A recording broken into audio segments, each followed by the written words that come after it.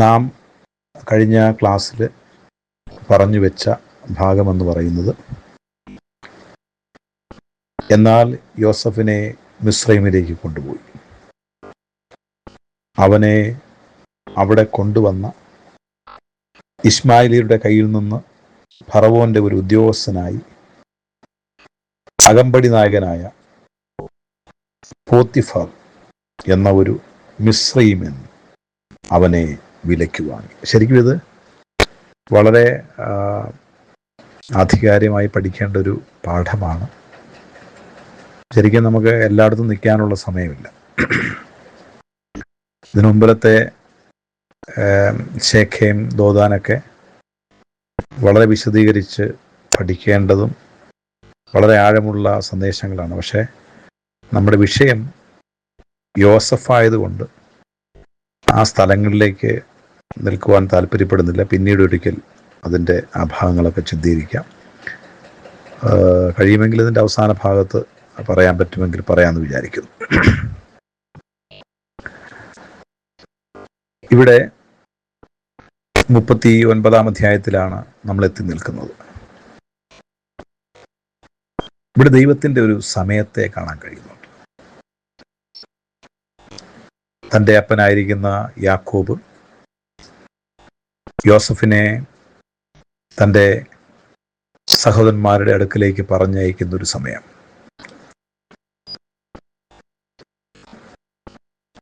സഹോദരന്മാർ കൂടിയാലോചിച്ച് അവനെ പൊട്ടക്കിണറ്റിൽ തള്ളുന്നൊരു സമയം.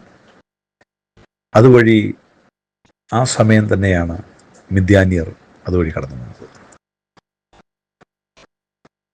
നാം ജനിക്കുന്നതിന് മുമ്പേ, നാം ഉരുവാകുന്നതിന് മുമ്പേ നമ്മെ പറ്റിയുള്ള പദ്ധതികൾ കർത്താവ് ഒരുക്കിയിട്ടുണ്ട്. എന്നാൽ ആ മിദ്യാന്യർ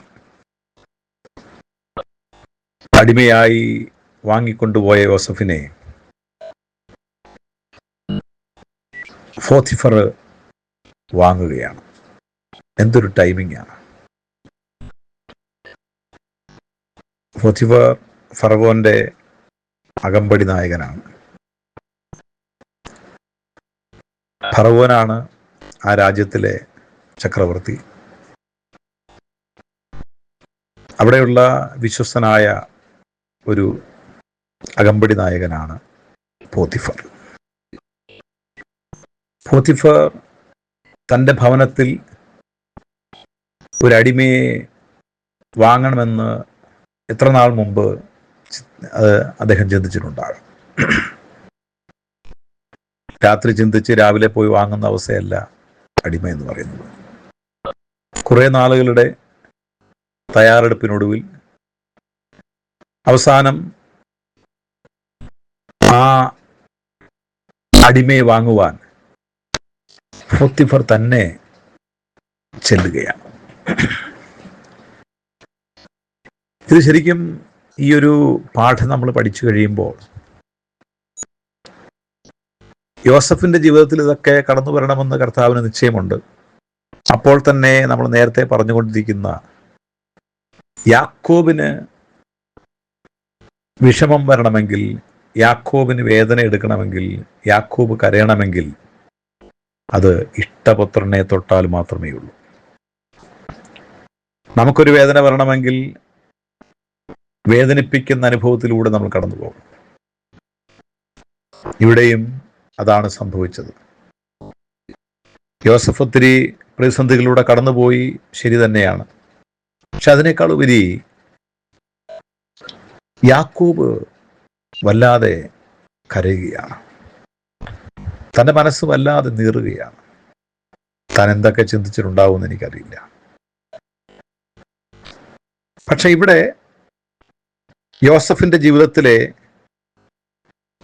ഒരു നല്ല സമയമെന്ന് വേണമെങ്കിൽ പറയാം. അല്പം ആശ്വാസം കിട്ടുന്ന ഒരു സമയമാണ് പോത്തിഫറിന്റെ അടുക്കലുള്ളത്. കാരണം നാം നേരത്തെ പറഞ്ഞതുപോലെ യഹോവ യോസഫിനോട് കൂടെ ഉണ്ടായിരുന്നത് കൊണ്ട് അവൻ കൃതാർത്ഥനായി. 2-ാം വാക്യത്തിന്റെ അവസാന ഭാഗം ഞാൻ വായിക്കുന്നു. മിസ്രയീമ്യനായ യജമാനന്റെ വീട്ടിൽ പാർത്തു. യഹോവ അവനോട് കൂടെ ഉണ്ടെന്നും അവൻ ചെയ്യുന്നതൊക്കെയും യഹോവ സാധിപ്പിക്കുന്നു എന്നും അവന്റെ യജമാനൻ കണ്ടു. ഇവിടെ മുതൽ കഥ മാറുകയാണ്. നമ്മളെ കാണുന്നവർ നമ്മുടെ ദൈവത്തെ കാണുവാൻ കഴിയുമോ? ക്രിസ്തുവിന്റെ ഭാവം തന്നെ നിങ്ങളിലും ഉണ്ടായിരിക്കട്ടെ എന്ന് വചനം പറയുന്നു. എന്നാൽ പലപ്പോഴും നമ്മളെ കാണുമ്പോൾ ക്രിസ്തുവിനെ കാണുവാൻ കഴിയുന്നില്ല, ക്രിസ്തുവിനെ വായിക്കുവാൻ കഴിയുന്നില്ല, നാം ക്രിസ്തുവിന്റെ പത്രമായി തീരുവാൻ പലപ്പോഴും കഴിയുന്നില്ല. ഇവിടെ നോക്കുക, യോസഫിന് എങ്ങനെയാണ് യഹോവയായി ദൈവത്തിന്റെ പത്രമാകുവാൻ കഴിഞ്ഞത്? യോസഫിന്റെ ജീവിതത്തിൽ നല്ല സമയമായിരുന്നെങ്കിൽ ഒരുപക്ഷെ നമ്മൾ പറയുന്നത് ശരിയാണ്. പക്ഷേ ജീവിതത്തിൽ സംഭവിച്ചതൊക്കെ തിക്തമായ അനുഭവങ്ങളാണ്. ഒരു 17-കാരൻ ചിന്തിക്കുന്നതിനേക്കാൾ അപ്പുറമായിട്ട് വളരെ പ്രതിസന്ധിയിലൂടെ, വളരെ വേദനയിലൂടെയാണ് ഈ യോസഫ് കടന്നു പോകുന്നത്. അപ്പന്റെ ഇഷ്ടപുത്രൻ, സന്തോഷത്തിന്റെ നാളുകളായിരുന്നു. പക്ഷേ പെട്ടെന്ന് തകിടം മറിഞ്ഞു. ഈ തകിടം മറിച്ചിലും ദൈവവും യോസഫും തമ്മിലുള്ള ബന്ധം മാറിപ്പോയില്ല. ദൈവവും യോസഫും തമ്മിൽ ഒന്ന് പിണങ്ങിയിട്ടില്ല.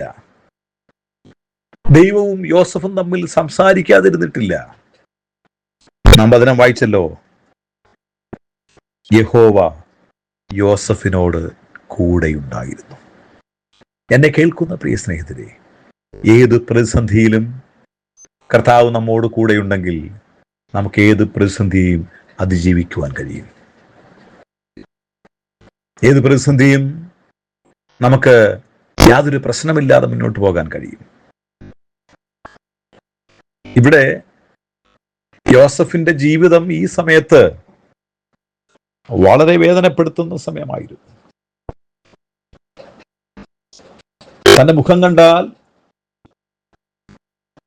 ആർക്കും ദൈവത്തെ കാണാൻ കഴിയാത്ത ഒരു അവസ്ഥയാണ്. കാരണം അതുപോലത്തെ തിക്തമായ അനുഭവങ്ങളിലൂടെയാണ് കടന്നുപോയത്.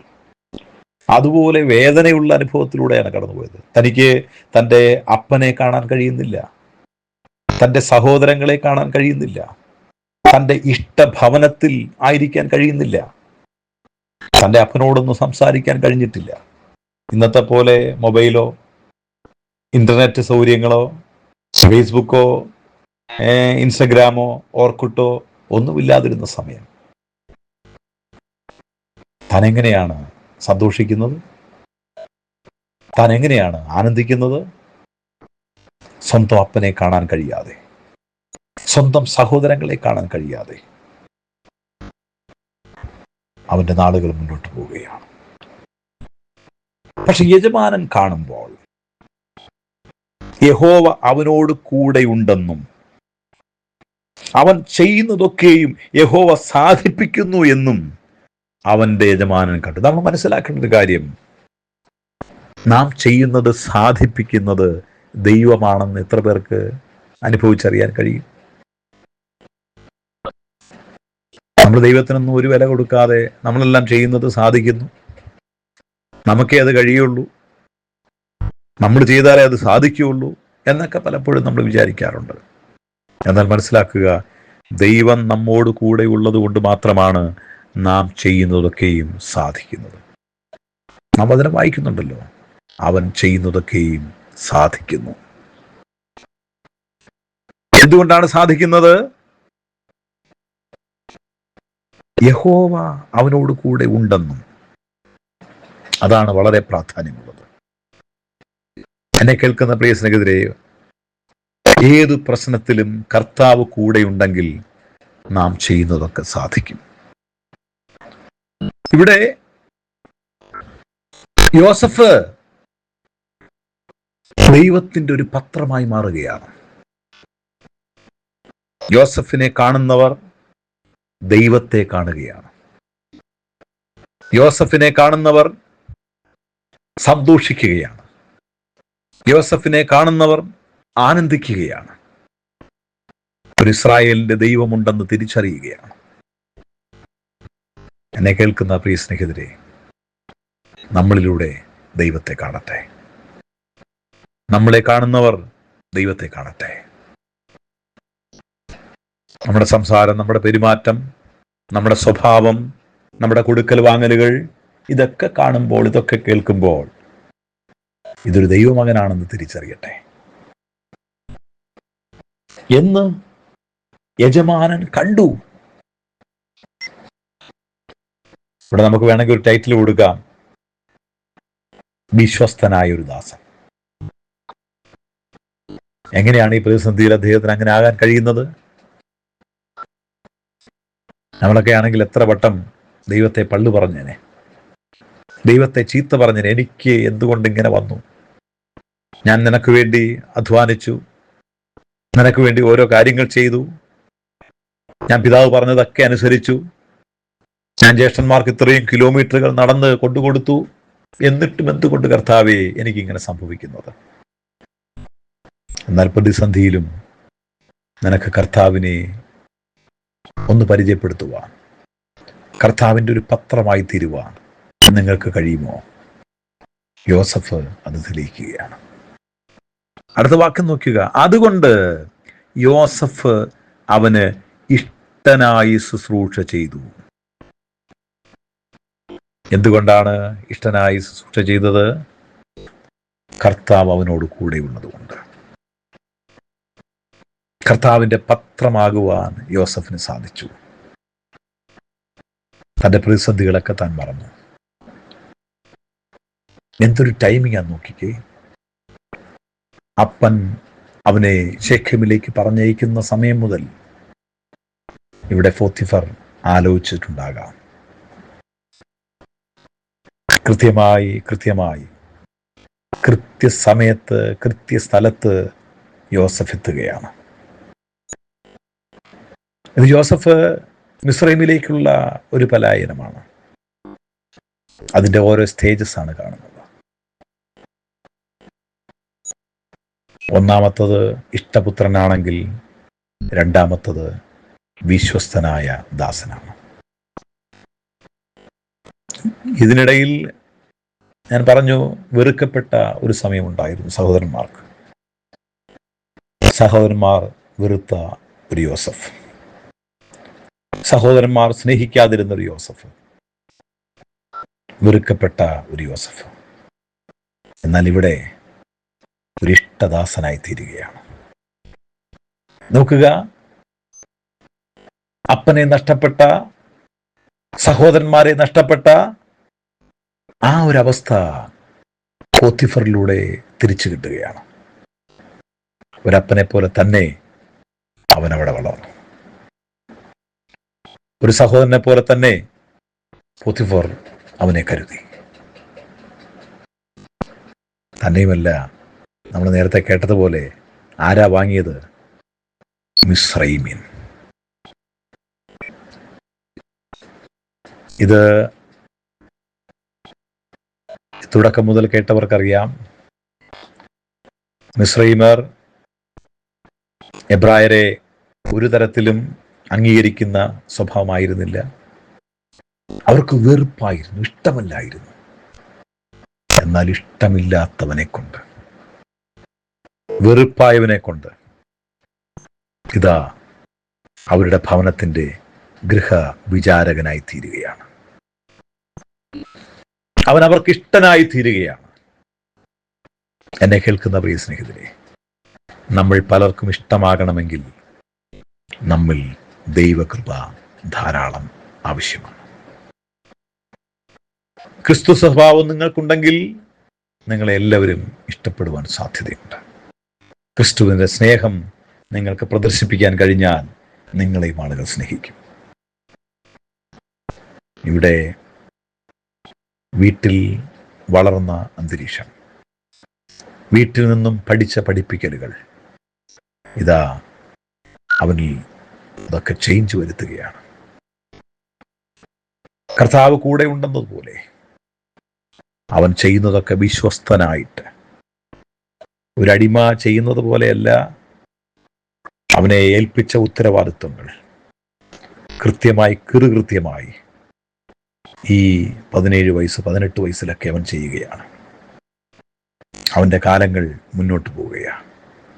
നോക്കുക, യോസഫ് അവന് ഇഷ്ടനായി ശുശ്രൂഷ ചെയ്തു.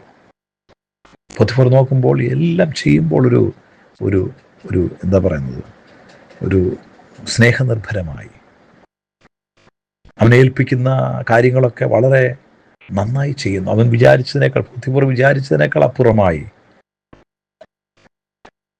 അതുകൊണ്ട് തന്നെ ഒരു ദൈവകൃപ അവനിൽ കാണുകയാണ്.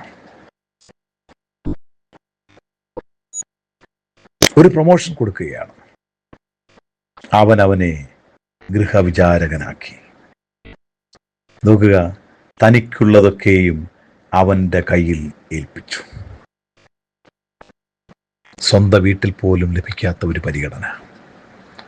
സഹോദരന്മാർ തനിക്കുള്ളതൊക്കെ കവർച്ച ചെയ്തപ്പോൾ, സഹോദരന്മാർ തനിക്കുള്ളതൊക്കെ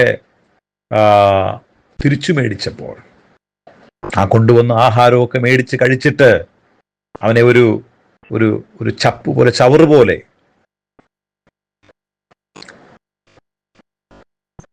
ഒരു വേസ്റ്റ് പോലെ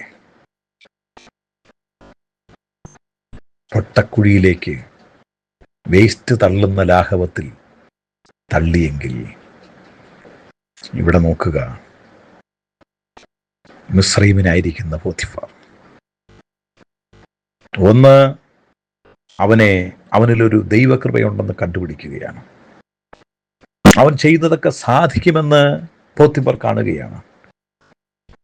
അതുകൊണ്ട് തന്നെ അവനെ ഒരുപാട് സ്നേഹിക്കുകയാണ്. ആ സ്നേഹം അവനെ ഒരു ഗൃഹവിചാരകനാക്കി മാറ്റുകയാണ്. അടുത്തത്, തനിക്കുള്ളതൊക്കെയും അവൻ്റെ കയ്യിലേൽപ്പിച്ചു. അർത്ഥമെന്താണ്? അകമ്പടി നായകൻ എന്തൊക്കെയുണ്ടോ അതിൻ്റെയൊക്കെ ഉത്തരവാദിത്വം ഇപ്പോൾ യോസഫിനെ ഏൽപ്പിക്കുകയാണ്. തനിക്കുള്ളതൊക്കെ. നോക്കുക, അവൻ്റെ സ്വന്തക്കാർ, അവൻ്റെ സഹോദരങ്ങൾ, അവന് വേണ്ടപ്പെട്ടവരൊക്കെ അവനിൽ നിന്നും എല്ലാം പിടിച്ചു വാങ്ങിയപ്പോൾ, ഇവിടെ സ്വന്തമല്ലാതിരുന്ന ഒരു മിസ്രയീമൻ യോസഫിന് സകലതും നൽകി അതിൻ്റെ ഗൃഹവിചാരകനാക്കുകയാണ്. സകലത്തിനും അവനെ വിചാരകനാക്കിയതു മുതൽ യഹോവ യോസഫിന്റെ നിമിത്തം മിസ്രയീമിന്റെ വീടിനെ അനുഗ്രഹിച്ചു. എന്തൊരു വാക്യമാണ്! യോസഫ് യാക്കോബിന്റെ ഭവനത്തിൽ നിന്നിരുന്നെങ്കിൽ ആ ഭവനം അനുഗ്രഹിക്കപ്പെടുമായിരുന്നു. യോസഫ് സഹോദരന്മാരുടെ കൂടെ ഉണ്ടായിരുന്നെങ്കിൽ ആ സഹോദരങ്ങൾ അനുഗ്രഹിക്കപ്പെടുമായിരുന്നു.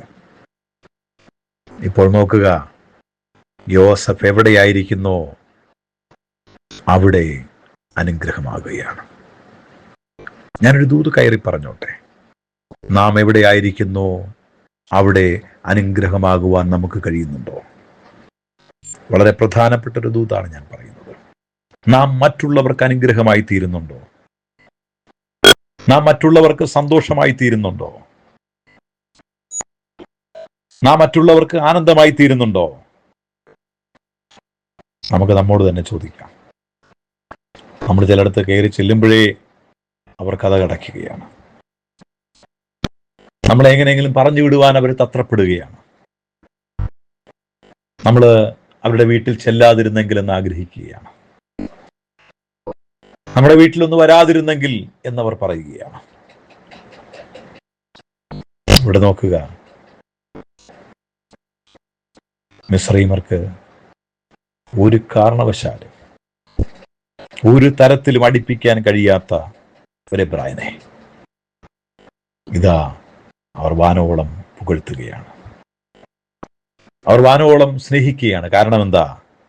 യഹോവ അവന്റെ കൂടെ ഉണ്ടായിരുന്നു. അതുകൊണ്ട് അവൻ ചെയ്യുന്നതൊക്കെ സാധിക്കുന്നു.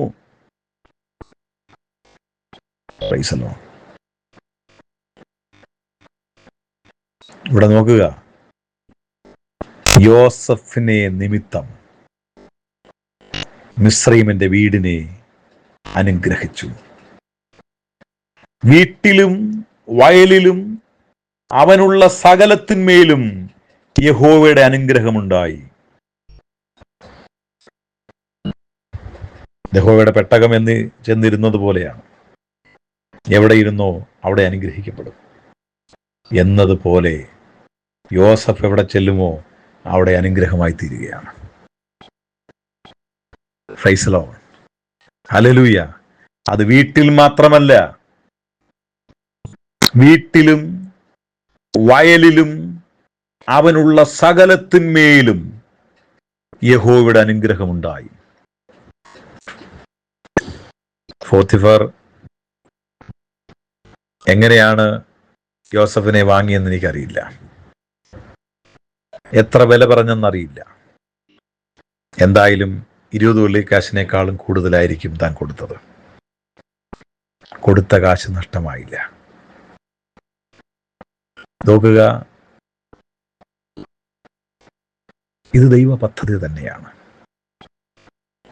കൃത്യസമയത്ത് പോത്തിഫർ വാങ്ങാൻ വരുന്ന അന്ന് തന്നെ യോസഫ് ആ അടിമച്ചന്തയിലെത്തി എന്നുള്ളതാണ് വാസ്തവം.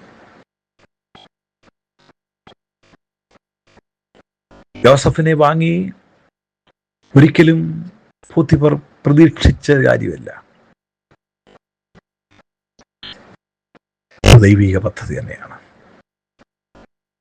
ഇവിടെ നോക്കുക, യോസഫ് എവിടെയൊക്കെ ചെല്ലുന്നോ അവിടെയൊക്കെ അനുഗ്രഹമായി തീരുകയാണ്. യോസഫ് എവിടെയൊക്കെ അവൻ കയറി ചെല്ലുന്നോ അവിടെയൊക്കെ ദൈവം അവനെ അനുഗ്രഹിക്കുകയാണ്. അത് വീട്ടിൽ മാത്രമല്ല, വയലിൽ മാത്രമല്ല, അവൻ എവിടെ പോയാലും സകലത്തിന്മേലും, അവനുള്ള സകലത്തിന്മേലും എന്തൊരു കാഴ്ചയാണ്. Praise the Lord. ഇത് യോസഫിൽ ഒത്തിരി സന്തോഷം ഉണ്ടാക്കിയിട്ടുണ്ട്. യോസഫ് പോലും പ്രതീക്ഷിക്കാത്ത.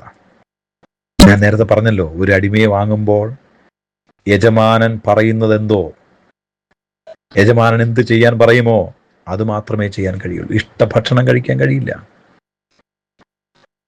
ഇഷ്ട സ്ഥലത്തേക്ക് പോകാൻ കഴിയില്ല, ഇഷ്ടമുള്ളതുപോലെ കിടന്നുറങ്ങാൻ കഴിയില്ല, ഇഷ്ടമുള്ളതുപോലെ എഴുന്നേൽക്കാൻ കഴിയില്ല, ഇഷ്ടമുള്ളതുപോലെ ഇരിക്കാൻ കഴിയില്ല. എല്ലാം യജമാനന്റെ ഇഷ്ടത്തിനാകുമ്പോൾ അവിടെയും യോസഫ് വിശ്വസ്തനായിരുന്നു. നമുക്കൊക്കെ ചെറിയ പ്രശ്നം മതി. ജോലി സ്ഥലത്തോ മറ്റുള്ള സ്ഥലത്തോ ആരെങ്കിലും ഒന്ന് നോക്കിയാൽ മതി, നമുക്ക് പ്രശ്നമാണ്. Praise the Lord. അതിന്റെ പേരിൽ ആരാധന മുടക്കുന്നവരുണ്ട്. ഇവിടെ നോക്കുക, യോസഫ് ചെല്ലുന്നിടത്തൊക്കെ പോത്തിഫറിനെ അനുഗ്രഹിക്കുകയാണ്. നാം എവിടെ ചെന്നാലും മറ്റുള്ളവർക്ക് അനുഗ്രഹമാകട്ടെ. നമ്മുടെ നോട്ടത്തിലും നാം ആയിരിക്കുന്ന ജോലി സ്ഥലത്തും നാം കാരണം ഒരു നഷ്ടമുണ്ടാകുവാനിടവരുത്. നാം മറ്റുള്ളവർക്ക് എല്ലാ നിലകളിലും, അത് വീട്ടിൽ മാത്രമല്ല, വയലിൽ മാത്രമല്ല, അവനിലുള്ള സകലത്തെയും ദൈവം അനുഗ്രഹിച്ചു. അതുകൊണ്ട് എന്താ സംഭവിച്ചത്? അതിൻ്റെ 6-ാം വാക്യം ഞാൻ വായിക്കുന്നു.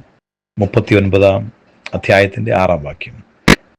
അവൻ തനിക്കുള്ളതൊക്കെയും യോസഫിന്റെ കയ്യിൽ ഏൽപ്പിച്ചു. Praise the Lord. എന്തൊരു ടെക്സ്റ്റാണിത്, എന്തൊരു വാക്യമാണിത്. ഇത് പ്രതീക്ഷിച്ചിട്ടാണോ സഹോദരന്മാർ വിറ്റത്? ഇപ്പോൾ സഹോദരന്മാരുടെ അവസ്ഥയും യാക്കോബിന്റെ അവസ്ഥയും ഒരു സൈഡിൽ നിൽക്കട്ടെ. ഇപ്പുറത്ത് യോസഫിന്റെ അവസ്ഥയും പോത്തിഫറിന്റെ അവസ്ഥയും. ഏതാണ് നമുക്ക് കൺകുളിർക്കെ കാണാൻ തോന്നുന്നത്? ഏതാണ് കേൾക്കാൻ തോന്നുന്നത്? ഏതിലേക്കാണ് നമ്മുടെ ശ്രദ്ധ തിരിയുന്നത്? എന്നെ കേൾക്കുന്ന പ്രിയ സ്നേഹിതരെ, നാം ഒരു തെറ്റ് ചെയ്തിട്ടുണ്ടെങ്കിൽ ശിക്ഷ അനുഭവിക്കുക സ്വാഭാവികമാണ്. ഇപ്പോൾ റൂബനും സംഘവും കുറ്റബോധത്തിന്റെ ആഴക്കയത്തിൽ കിടന്നുഴലുകയാണ്. ഒരിക്കൽ പോലും മര്യാദ കിടന്നുറങ്ങാൻ കഴിയുന്നില്ല. അവരാ കുഞ്ഞാടിനെ കൊന്നതും ആ അങ്കി രക്തത്തിൽ മുക്കിയതും അപ്പനോട് വന്ന് കള്ളം പറഞ്ഞതും ഒക്കെ അവരുടെ മനസ്സിലേക്ക് ഇങ്ങനെ മാറി മാറി പോവുകയാണ്. എന്നാൽ ഇവിടെ നോക്കുക, കർത്താവ് കൂടെയുള്ളത് കൊണ്ട് ഇവിടെ മനസ്സിലാക്കേണ്ട ഒരു കാര്യം, യോസഫ് ഇത്രയും പ്രശ്നത്തിലൂടെ കടന്നുപോയെങ്കിലും അവന് വേദന തോന്നാത്തത്, യോസഫ് ഒരുപക്ഷെ വിഷമിക്കാത്തതിന്റെ കാരണം പ്രതിസന്ധിയേക്കാൾ അതിന്റെ മുകളിൽ നിൽക്കുന്ന ഒരു ദൈവ സാന്നിധ്യം അനുഭവിക്കുന്നുണ്ടായിരുന്നു. അവനേറ്റ വേദനയേക്കാൾ മുകളിൽ നിൽക്കുന്ന ദൈവ സാന്നിധ്യം. അതുകൊണ്ട് ദൈവകൃപയിൽ ആശ്രയിച്ച് ഓരോ ജോലികൾ ചെയ്യുമ്പോഴും ഇത് വീക്ഷിക്കുന്ന, ഇത് കാണുന്നൊരു പോത്തിഫോർ. ഇവിടെ നോക്കുക, അവൻ തനിക്കുള്ളതൊക്കെയും യോസഫിന്റെ കയ്യിലേൽപ്പിച്ചു. താൻ ഭക്ഷിക്കുന്ന ഭക്ഷണം ഒഴികെ അവന്റെ കൈവശമുള്ള മറ്റ് യാതൊന്നും അവൻ അറിഞ്ഞില്ല. താൻ ഭക്ഷിക്കുന്ന ഭക്ഷണം ഒഴികെ അവന്റെ കൈവശമുള്ള മറ്റ് യാതൊന്നും അറിഞ്ഞില്ല. എന്തൊരു വാക്യമാണല്ലേ!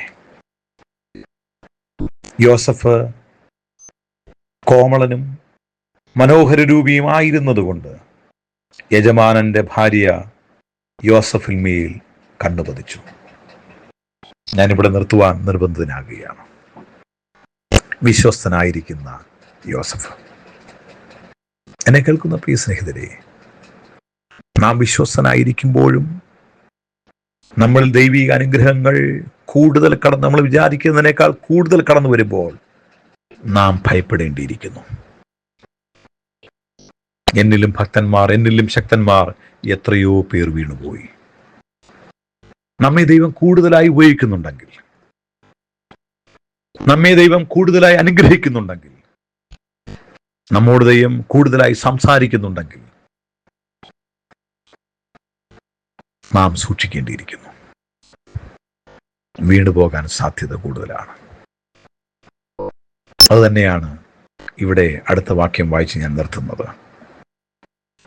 അവൻ, യോസഫ് കോമളനും മനോഹര രൂപിയുമായിരുന്നതുകൊണ്ട് യജമാനന്റെ ഭാര്യ യോസഫിന്മേൽ കണ്ണുപതിച്ചു. എപ്പോഴും മനസ്സിലാക്കേണ്ട ഒരു കാര്യം, നാം ദൈവസന്നിധിയിൽ വിശ്വസ്തനായി നിൽക്കുമ്പോൾ, ദൈവസന്നിധിയിൽ ദൈവത്തിന്റെ അനുഗ്രഹം ആവോളം അനുഭവിക്കുമ്പോൾ, മറ്റുള്ളവരെക്കാൾ ഒരു എക്സ്ട്രാ ഓർഡിനറിയാണ് നീ എങ്കിൽ മനസ്സിലാക്കേണ്ട ഒരു കാര്യം, ആരാധനയിൽ ഇരുന്നുറങ്ങുന്നവനെ പിശാചിന് വേണ്ട. ദൈവത്തിനു വേണ്ടി ഒന്നും ചെയ്യാത്തവനെ പിശാചിന് വേണ്ട.